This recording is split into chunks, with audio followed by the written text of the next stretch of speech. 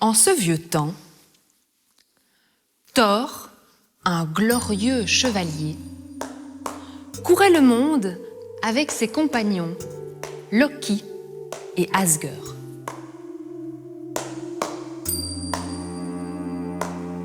Un jour, alors qu'il venait de traverser 12 déserts,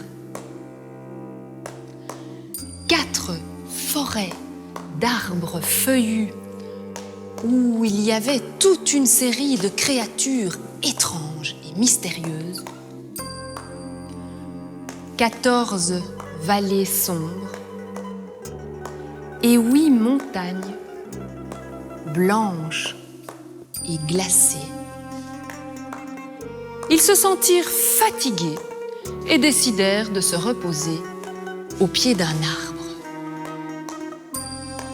Là-bas, au loin, ils aperçurent un énorme château dont les tours se perdaient dans les nuages.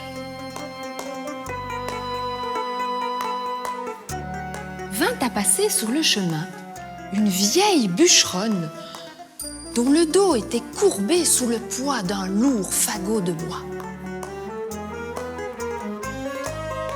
« Quelle est cette étrange citadelle ?» demande Thor à la vieille femme.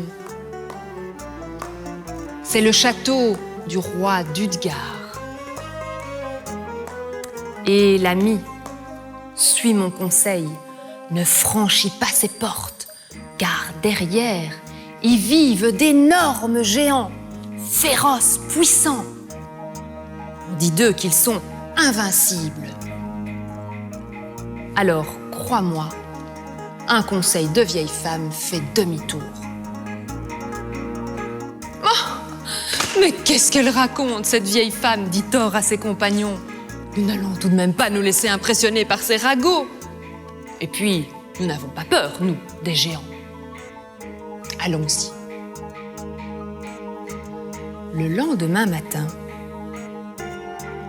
Thor et ses compagnons firent leurs bagages et prirent la route vers le château.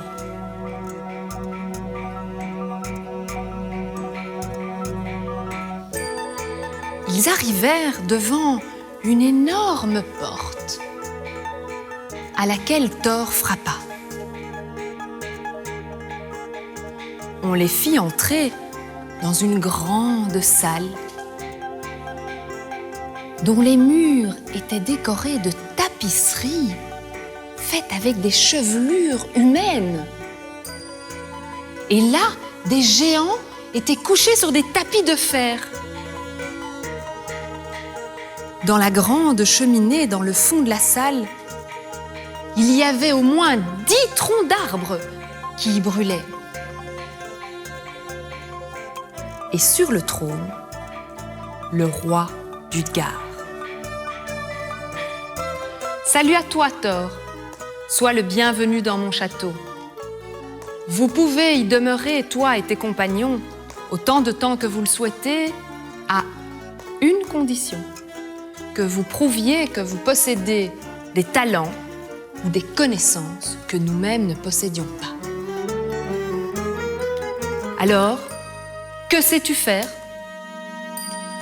Loki dit : « Moi, je mange vite et gros. » « Fort bien, dit le roi d'Utgard.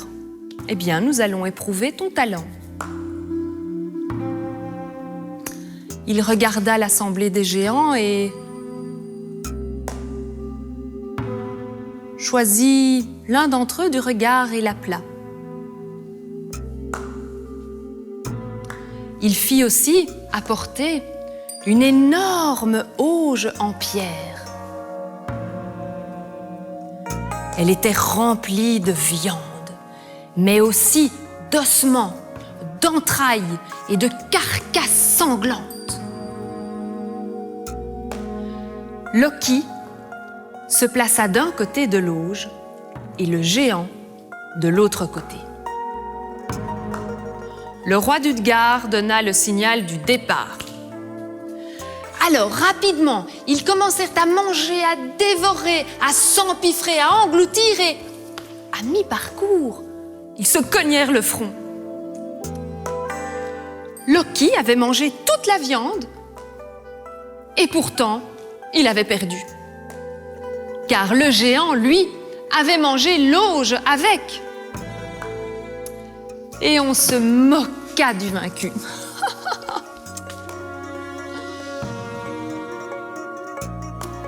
Bon, dit le roi d'Utgard. Alors, toi, que sais-tu faire? Moi, dit Asger, je cours, vite et loin. Très bien, dit le roi d'Utgard. Et il choisit du regard un autre géant.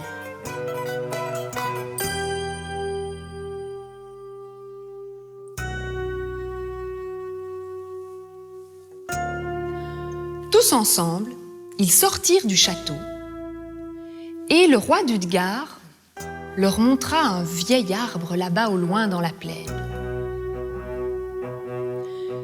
Vous irez et reviendrez aussi vite que vous le pourrez.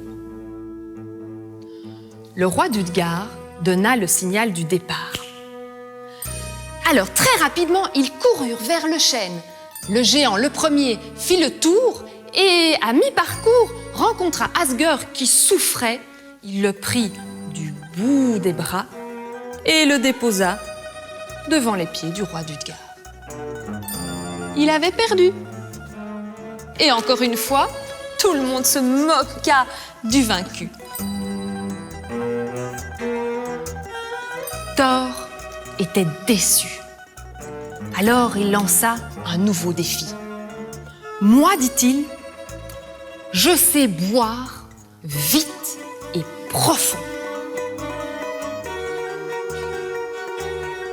Le roi d'Utgard fit apporter une énorme corne de buffle.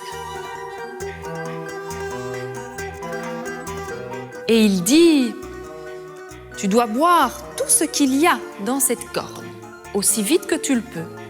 Certains d'entre nous peuvent y arriver en à peine 2 gorgées. Thor s'empara de la corne. Il la porta à ses lèvres, but le plus vite qu'il put, se mit à tousser, à cracher. Et lorsque l'on regarda à l'intérieur, il y avait encore un peu d'eau dans le fond. Il avait perdu. Alors le roi d'Utgard dit « Passable, mais tu pourrais faire mieux. » Et encore une fois, on se moqua du perdant. Thor maintenant était vraiment furieux. Il l'enrageait. Aussi petit que je sois, je suis certain de pouvoir combattre le moindre de tes gens. Le roi d'Utgard dit, tu sais, le moindre de mes gens ici te prend par la peau du cou et te jette dehors. Mais si tu y tiens, peut-être que ma vieille nourrice pourrait engager un combat avec toi. Et il fit venir la vieille nourrice devant eux. Elle était vieille, laide, ridée, pâle, maigre et boiteuse.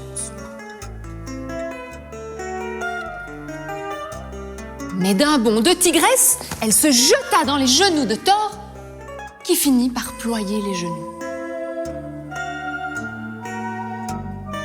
Il avait perdu. Et tout le monde se moqua de lui.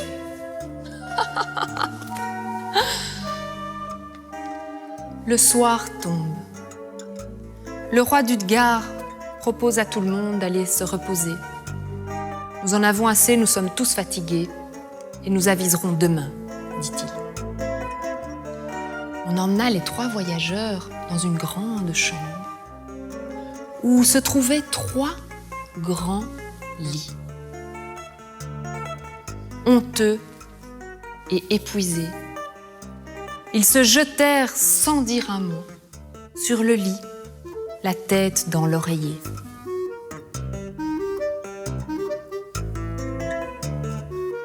Le lendemain matin, Thor et ses compagnons firent leur bagage et reprirent le chemin du retour. Ils sortirent du château par la grande porte.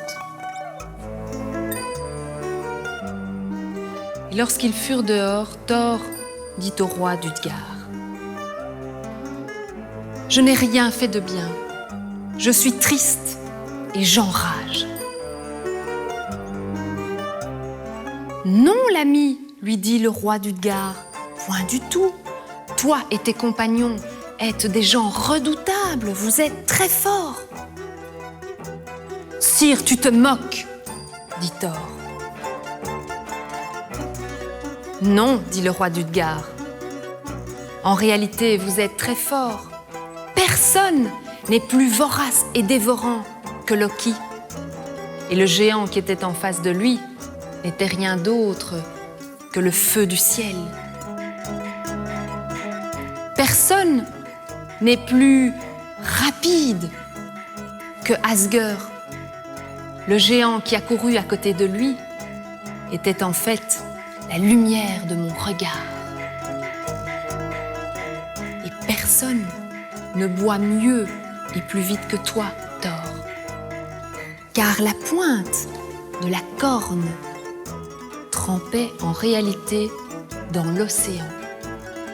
Et tu as bu presque toute l'eau du monde.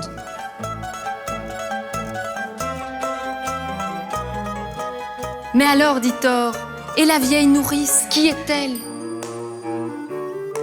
La vieille nourrice est en fait la mort. Et celle qui tous les jours fait tomber tous les hommes ne t'a même pas mise à genoux.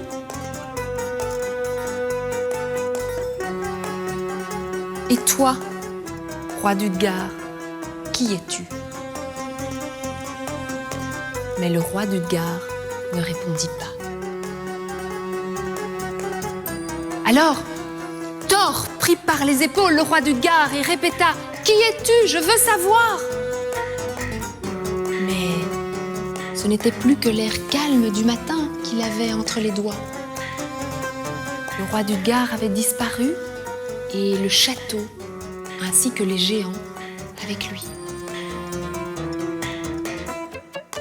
Devant les voyageurs, ne restait plus que l'herbe de la plaine et les arbres dont les branches se perdaient dans les nuages.